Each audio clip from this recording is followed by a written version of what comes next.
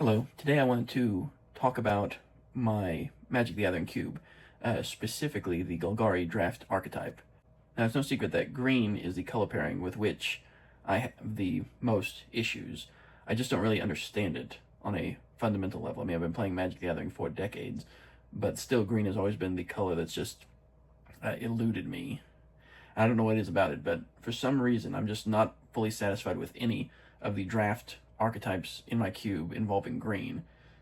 They just either feel too generic, or in the case of Golgari, there just really weren't enough payoffs, or it didn't have enough wider appeal amongst the other archetypes. But even in its current state, there are still things to appreciate about it, so I wanted to kind of go over that. Golgari traditionally represents recursion, or just gaining value over time.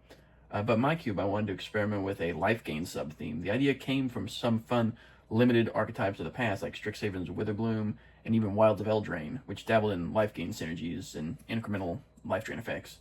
And on paper, it has potential. The synergy between Black's life drain cards and Green's incidental Lifegain seems like a natural fit, but in practice, it just hasn't been quite there, not in this cube, at least.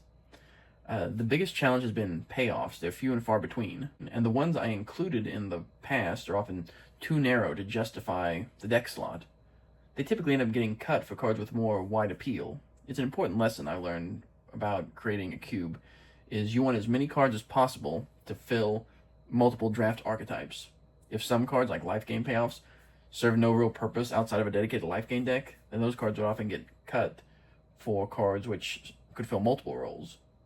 And so if most of the life gain cards don't have crossover synergies with other color pairings, then maybe it's time to just consider a whole new theme for Golgari.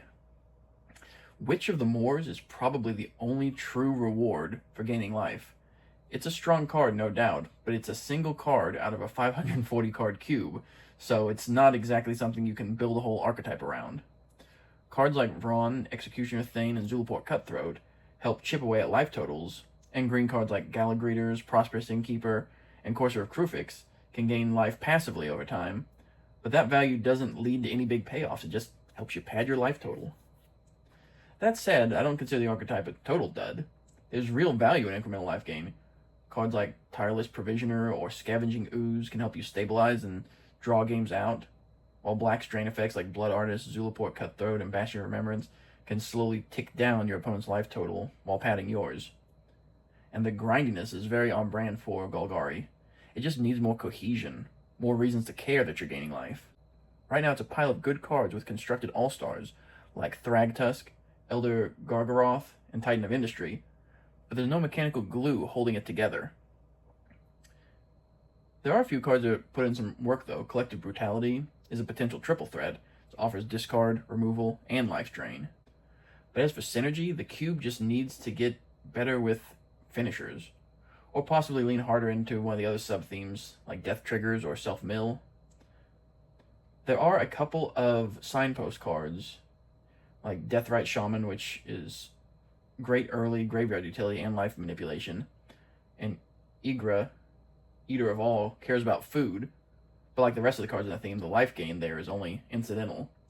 I really wanted life gain to work as a draft archetype, but too many of the payoff cards are too linear, without enough wider appeal. So yeah, Golgari Lifegain is a little lost right now, but I still believe it can work with the right tweaks. If you've built or drafted similar archetypes, I'd love to hear your thoughts. What cards make the cut for you? What are your favorite Golgari draft archetypes? Because at this point, I'm open to ideas. Drop a comment below and help me to breathe some life back into this draft archetype. And thanks for listening. I'll be back later with another video. Take care.